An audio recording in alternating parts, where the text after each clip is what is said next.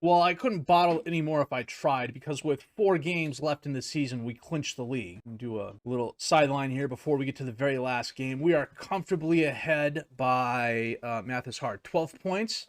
The Hack is in second place. Since we lost to them, we have yet to lose again, although we did have a couple of draws. We beat New York 3-1 thanks to Gonzalez brace. We drew with Paris.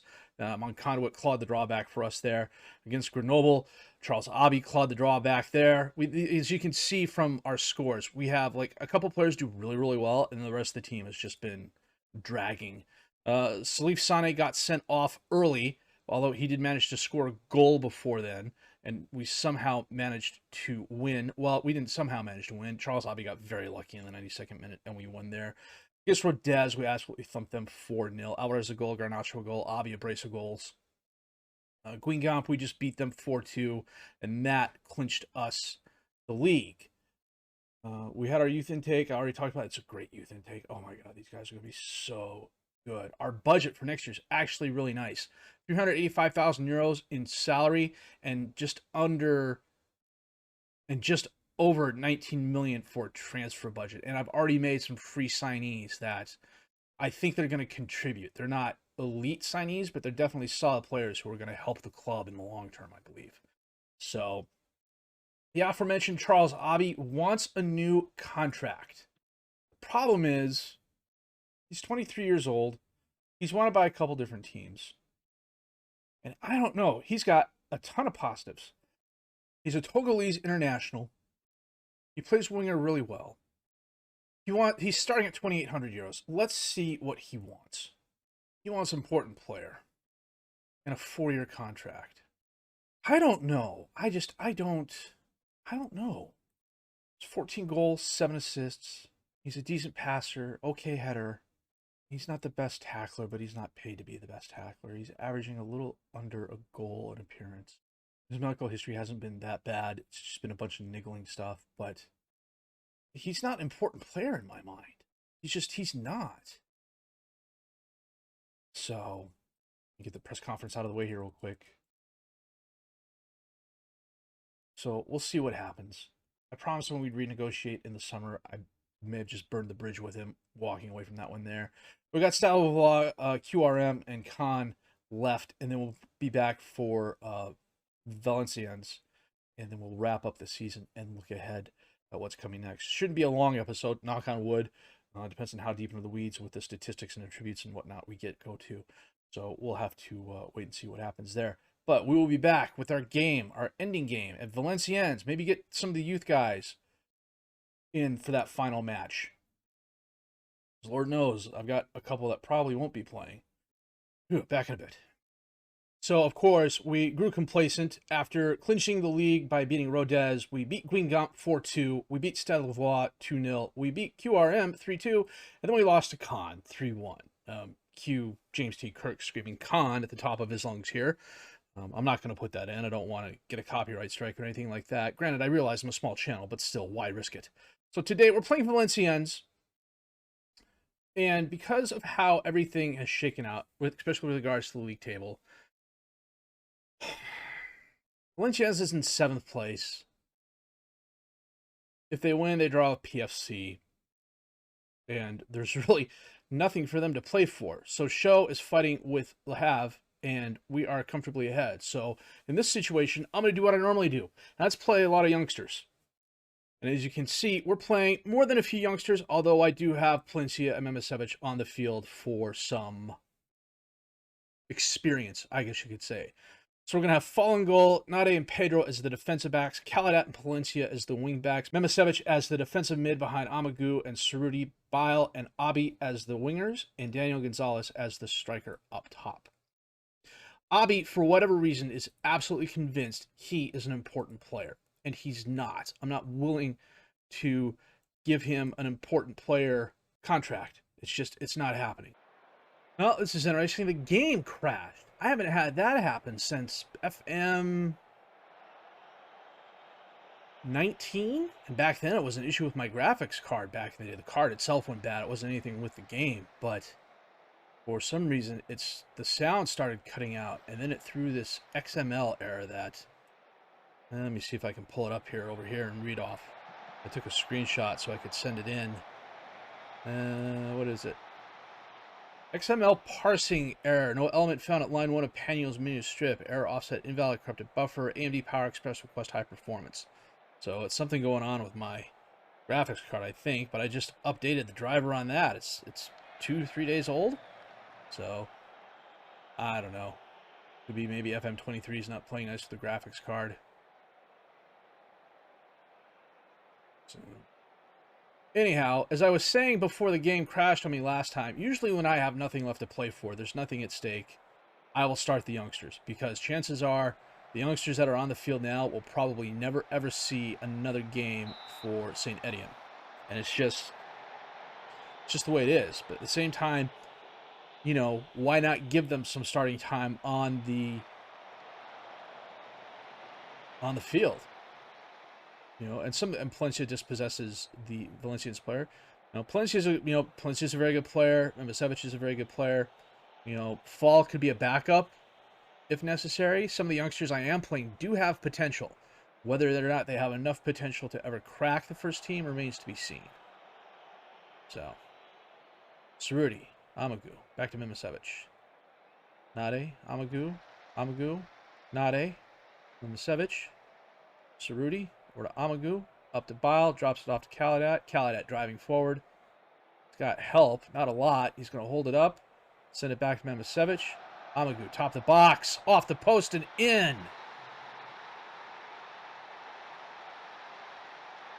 It's not the first time we've seen a strike like that.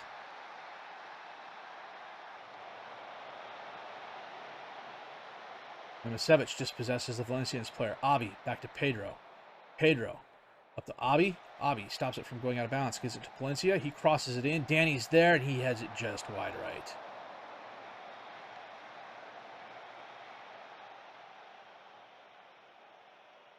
Ball taps it over to Nade. Up to Amagu. Up to Caladat, who was running forward. Almost loses the ball. Gets by one defender. Gets it to Bile. Bile sends it to Danny. Danny rounds it. And Lassagne, a very nice save. Punches the ball up in the air for St. Etienne corner.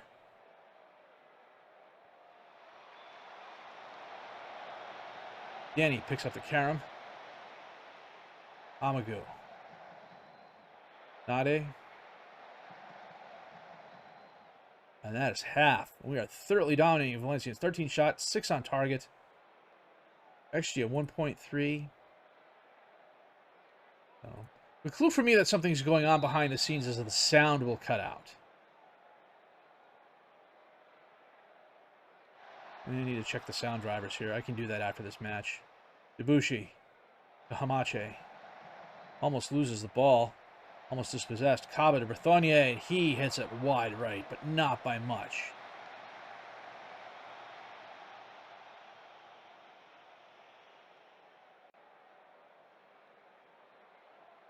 This is interesting. Valenciennes actually has something to play for. They have to play for a higher position on the table, but for some reason, I don't know that they're playing their B squad, but they're certainly not doing well against what I would consider probably my B- squad. Bane knocks the ball away. Abi knocks the ball forward, follows it up, feeds Danny. Danny holds it up. Nice pass to Amagu, who's fouled. He's not fouled. Bile. Danny G is there, and he scores. We are going to make a couple of subs now. I don't know why that other one was a foul. Looked like a foul. Looks can be deceiving, I guess.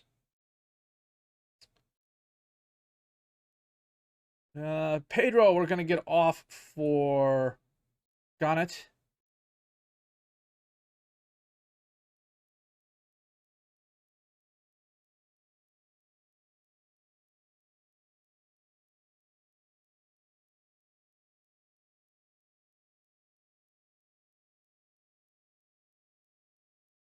This is an issue with the skin where the text is white. Jimin is looking at it, but I don't know that he'll ever have a fix for it, and that's fine.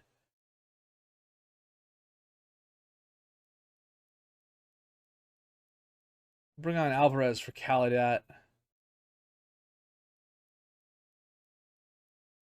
going to bring on Saban for Bile. Saban's actually had some starts earlier in the season Or he came off the bench, I should say. So he's got potential. We'll see how he does. Berthommier, outside the box on the left side. Over to Bois. Ooh. Boitou? However he pronounced his last name, he just scored.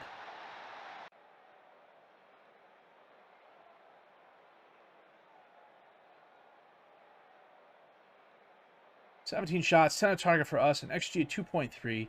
10 minutes left in the match. 72% possession. Can we hold on to that? Fall. Nade. Back to Fall. Nade. Up into space. Abi runs up on it. Palencia. To Cerruti. Dispossessed. Aidi. Looping ball towards Boat. I'm just going to call him Boat. I know I'm totally mispronouncing that, but I can't pronounce his full name. Not sober, anyways. Cerruti. Up into space to Abi. Abi driving forward. And it bounces off of Saunier right in the foot of Danny, and he puts it in for the goal. Okay. That was an FM bounce if we ever got one. And that was a good win. We set a record for most wins in a season. Let me save the game here real quick. Unstoppable Force. I have no idea what that is. We'll have to check that out. You know what? Can we check that out over on Steam here real quick? Unstoppable Force. Your team scored the most league goals over an entire season. Okay. Collective payout, 3.1 million. Let me save this again real quick. I suspect I just did this, but better safe than sorry, especially with the game crashing weirdly like it did. So this is when stuff like screen flow can come in handy. This is the Under-20 World Cup. All these guys are players, but as an example, Romeo Vermont, would we be scouting him if, well, I am because I'm scouting Belgium, so that's one of the reasons he's as filled in as he is. That's not bad. Final third, flair could be a little bit higher. Shooting, long shots, technique, bravery, combination, pace. Well, as an example, if we go to player detailed, and then we go down here, goals, it's going to list all the players that have goals. And sometimes, okay, Rabani Tasnim, okay, Indonesia. I'm not scouting Indonesia. I can tell by right now I wouldn't expend a lot of effort on him, if only because of the 1-9 strength and the 2-8 jumping reach and the 3-9 passing. But if we also scroll down, okay, Markland Burton, Jamaica. You know, these here are the attributes given are more of a guide. And if some of them stand out, maybe they're worth taking a look at, even though some of them aren't that great. Guillermo Santana, he's a new gen from this year, 16 years old. Already capped at the under-20 level.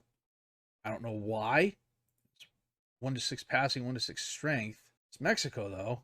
And then Lee Tae-min already has 220 caps, 20 years old. 13-20 heading, 13-20 pace. 6-15. You know, there's not enough here for me to justify sending a scout out because I just don't have a lot of scouts. But if you were on a bigger club or you had a scout available, sure, send them out. Take a look. Watch them for a couple weeks. At the end of the day, all you're out is an airline ticket and your scout's time. And that's what he's paid to do anyways, is go out and look at players. Sometimes they don't turn out. Sometimes they do. End of season review. Busy season of transfer windows. Monconduit. No. A+ for Twanzebe. A+ for Memisevic. A lot of these guys came in before I was here. Sane was a B+. Gonzalez was a B-. Garnacho was an A. Alvarez is a B. A. Gelhardt and Awaji came in before me. Buchari came in before me. Dreyer came in before me. But we had some really good pickups. They wanted us to finish in the top 4 places. We clinched. We were automatically promoted. Our average attendance was only 44%, but I swear that's because like the first 4 games of the season, we didn't have home fans. Barrow had 14 goals. Our biggest win was the 10-0 against Stade Saint-Mandard in the French Cup. That was too much. I'm kind of embarrassed by that, to be honest with you. So Meshman was a 3-0 against Lyon in the French Cup that I didn't broadcast because I thought Lyon was going to spank us. The goal of the season, Labre. Really? Alvarez. Knocked away. Hobby. Labre. Oh, yeah, Labre just cocked the left leg back and sent a shot in. I don't know that I would call that goal of the season worthy. I think there were other goals that were better, but I could see why they chose that. Sponsorship 11.69, broadcast 5.79, corporate hospitality 600,000, competition prize money 52,000. That's for our French Cup. Top 11. Yeah, Cafaro, Garnacho, and Gelhardt up top. Lobre had a solid season. Mufek left. They gave me those 20 caps and 4 goals. I didn't give those to me. Player of the season was Conduit. Young player of the season was Abi. Signing of the season was Gonzalez. Lobre had the goal of the season. Cafaro 18 goals across all competitions and 16 assists across all competitions. 6 players in the matches. Memisevic 92%, 92 passes completed per 90 minutes. Cafaro broke the record for goals. Moncano broke the records by goal in a match that was in the 10-0 shellacking of St. Medard. Cafaro 16 assists. Green had 16 shutouts. I did not realize that. Briancon, 8 yellow cards and a red. Oldest player Sane, fastest goal. Gelhardt, 32 seconds. Oldest scorer Sane, 32 years. Was off a set piece. I do like this. I know a lot of people were kind of hating on it, but I do like this. Let's see. Club expectations and visions for next season. Avoid relegation. Fans will be set when the club ownership is resolved. I don't remember seeing anything about a club takeover. I can accept that. Next season team meeting. Okay. New season team report. A lot of these guys are not going to be back. I had 20 assists. Okay. Players named to the best 11. Green, Gerard, Plencia, Conduit, and Lobre. Okay. Lobre had one of those seasons where he was just there and did a solid job. 36 appearances, 2 goals, 36 appearances, 2 off the bench, 7 goals, 6 assists, a 7.14 rating. You know what? That's what I usually do. We'll go and take a look here. So if we sort by appearances, Green led everybody with 41. He's wanted by a bunch of teams. 2 players of the match, 7.10 rating. Cafaro, 38 appearances, 33 off the bench, 18 goals, 16 assists, 6 players of the match. 26 years old, though. He's going to want an important player contract and a ton of money. Victor Lobre, we just looked at. Sergei Palencia, 32 appearances, 5 off the bench, 1 goal, 6 assists. Thomas Conduit, 32 appearances, 13 goals, 7 assists. That's really good, especially for a 32-year-old defensive mid. Sabin was... Yeah, we need to look at the... Sabin, that was all senior... That was all B-team stuff. Garnacho, 30 appearances, 4 off the bench, 4 goals, 10 assists. Caladat, 29 appearances, 4 assists. Girardin. No one else. Abi stands out. 14 goals, 7 assists. So a pretty well-rounded effort. One of the things I always try and do is not rely on one player. The fact we had 4 players in double digits and 2 players in double digits for assists as well, and a bunch of people above like 6s and 7s is really, really nice. I'm really happy with that. You know, it means that we're not relying on one player and we're going to be totally up a creek when that player goes down. I mean, it's not like Gelhardt had 36 goals for us and he's out the last few games of the season. So therefore, rather, we're suffering. You know, we're looking for a balanced squad. Now, we have a decent transfer budget. 20 million is nothing to laugh at. You can get some very good players in for that amount of money, and I think we're going to have to. We were looking at it before. When we look at their contracts here, from here, well, at least on the senior squad, from here to here, and it's not showing up just because of the skin. Ball is out. Ganet's not going to be back. Correa's out. Caladat's out. Namri's out. Cafaro, Garnacho, and Gelhardt, I'm not going to be able to bring back. I tried getting Garnacho back, and they wanted freaking a small ransom for the monthly payments and whatnot. Was just absolutely stupid. And then, of course, I've got more than a few players who are wanted now. Monkondowit's wanted. Branicon's wanted. Obby's wanted. He's listed, though, because he wasn't happy I walked away. Green is wanted. Mouton is wanted. They're leaving. They're leaving. He's leaving. You know, and if teams come in with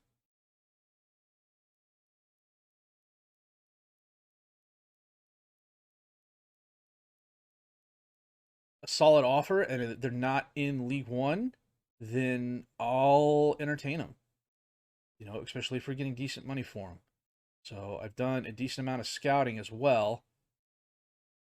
He's out. Is Fall out of contract? Fall is out of contract. I've done a decent amount of scouting so far. Still got plenty more to look at.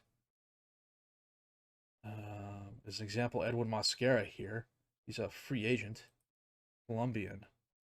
Wow, he's actually not bad. You know what? Let's see what he wants. That's not bad. He can be the Cafaro replacement.